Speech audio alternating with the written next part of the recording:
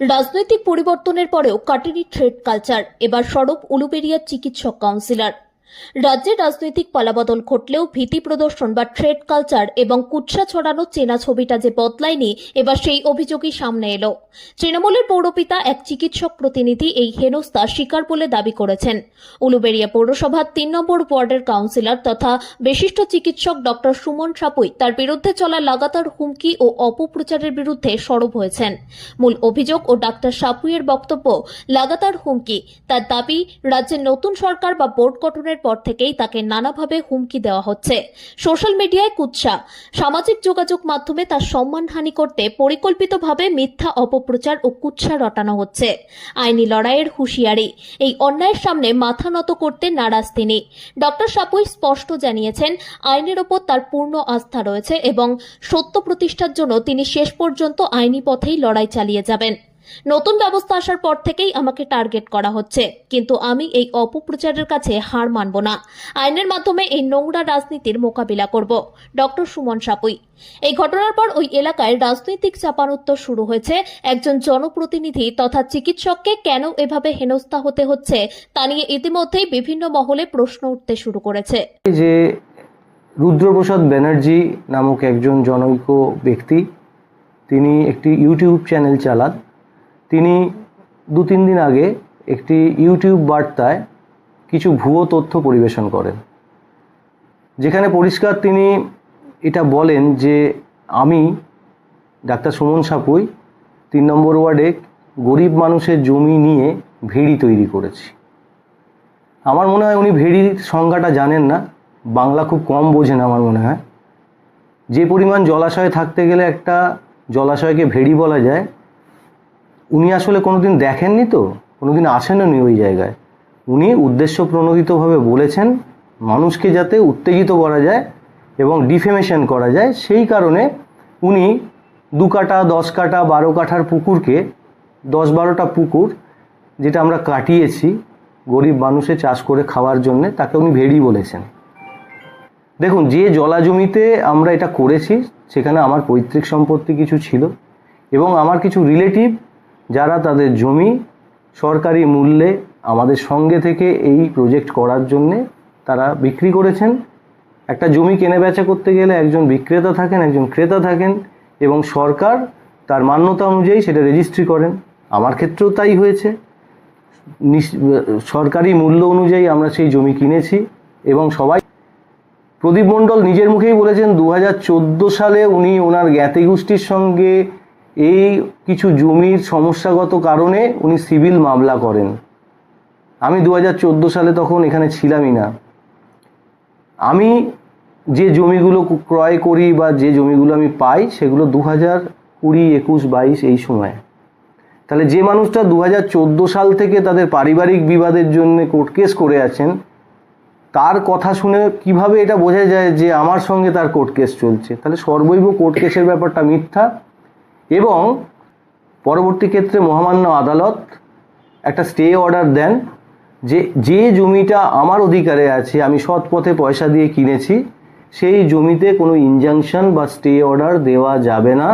এই জমি আমি সর্বান্তকরণে যেন ভোগ দখল সত্ত্ব অনুযায়ী ভোগ করতে পারি। যেখানে বাবা গরিব দুস্থ মানুষদের গ্রামে নিয়ে সেখানে এই কারখানাটা গড়ে তোলেন, কারণ তাদের একটা স্বনির্ভর রোজগারের ব্যবস্থা করে দিয়েছিলেন। তো সেটাকে নিয়ে উনি ব্যঙ্গাত্মক স্বরে বলেছেন যে ধূপ কারখানা না মোমবাতির কারখানা না হাঁড়ি তৈরির কারখানা। বলছি রুদ্রবাবু, মানুষের সেন্টিমেন্ট নিয়ে কারা খেলে জানেন? যাদের মানবিকতা বোধ নেই, যারা মানুষকে মানুষ বলে মনে করে না, যারা সবটাই পয়সার হিসেব বোঝে। তো আপনি সেই ক্যাটাগরির লোক। 160-65 জন মহিলার অক্লান্ত পরিশ্রমে গড়ে তোলা যে ধূপ ফ্যাক্টরি, ধূপের কারখানা, সেটাকে আপনি অপমান করছেন। আপনার মতো মানুষকে সাধারণ জনগণই ধিক্কার জানাবে।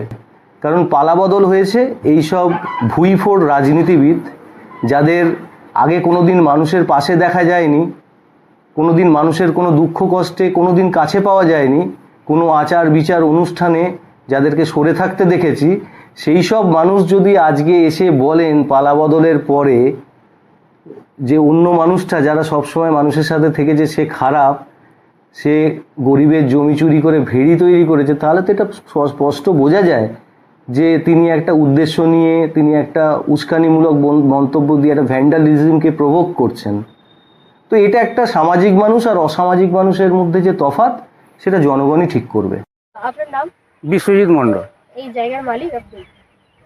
আগে ছিলাম, এখন তো নেই। এখন কে? এখন সুমন সাপু। তো উনি কি টাকা দিয়ে? হ্যাঁ, আমাদের টাকা দিয়েই কিনে নিয়েছে। স্টে হয়ে গেছে, দেখ মানে ফলো করলেই পাবে।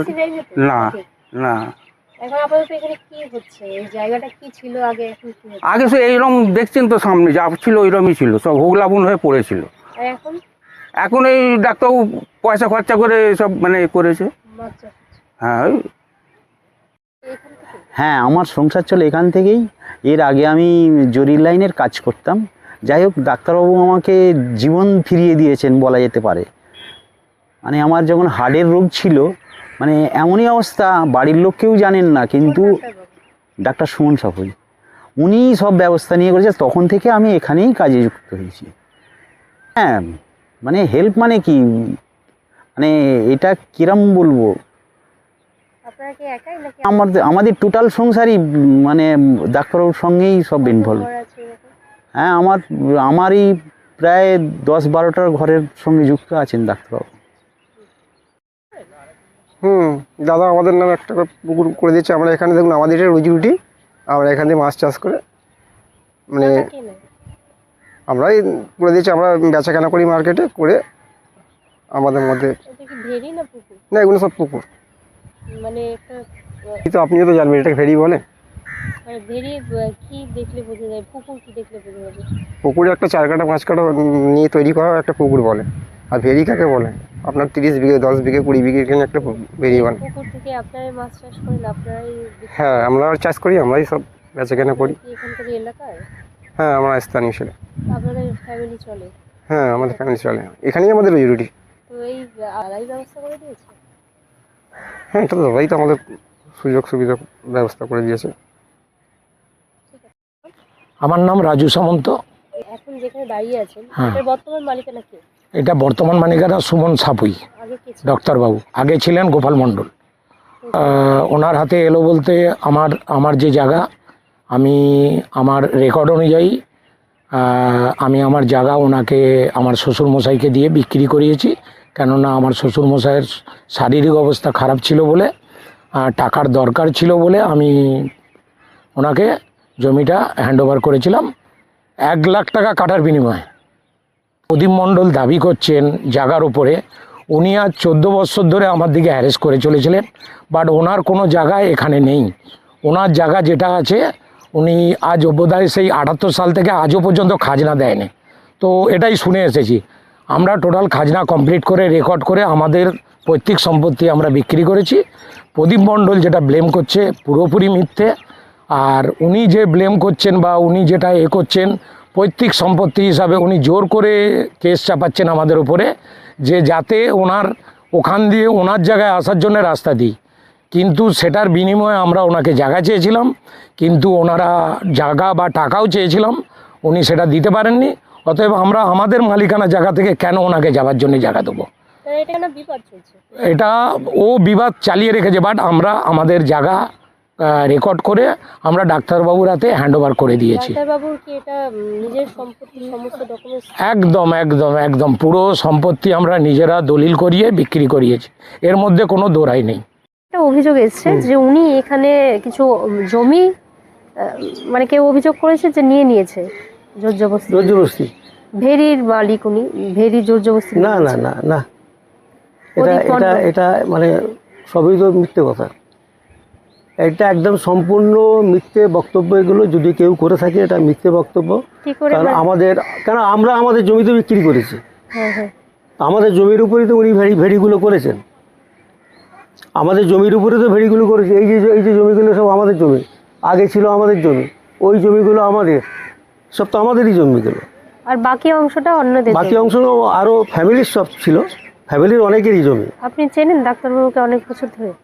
না, আমি তো এখানকার লোক নয়, তবুও স্থানীয় হিসেবে আমি চিনি মোটামুটি। উনি কি এরকম কোনো কাজ করছেন? না না, আমার তো সেরকম কোনো নেই। কারণ আমাদের সঙ্গে সম্পর্ক, উনি জমি জায়গা নিয়েছেন, সেই জন্যই আমরা অনেকটা কাছে এসেছিলাম। এসেছিলাম বলেই তো আমরা জমি জায়গাগুলো ওনাকে হ্যান্ড ওভার করেছি। কারণ আমরা তো 30 বছর যাবৎ এই জমিতে চাষবাস করতে পারিনি, কিছু করতে পারিনি আমরা। হ্যাঁ, 30 বছর আমরা চাষবাস করতে পারিনি, যেটা আমাদের সারা বছরের মানে ধান হতো, সেই জমিটা আজকে 30 বছর আমরা চাষবাস করতে পারিনি। লাস্টে ডাক্তারবাবু পরিকল্পনা অনুযায়ী কী করবেন না করবেন জানি না, আমরা দিয়ে দিলাম, স্বেচ্ছায় আমরা দিয়ে দিলাম। টাকা পেয়েছেন তো? হুম, ঠিক আছে। অবশ্যই।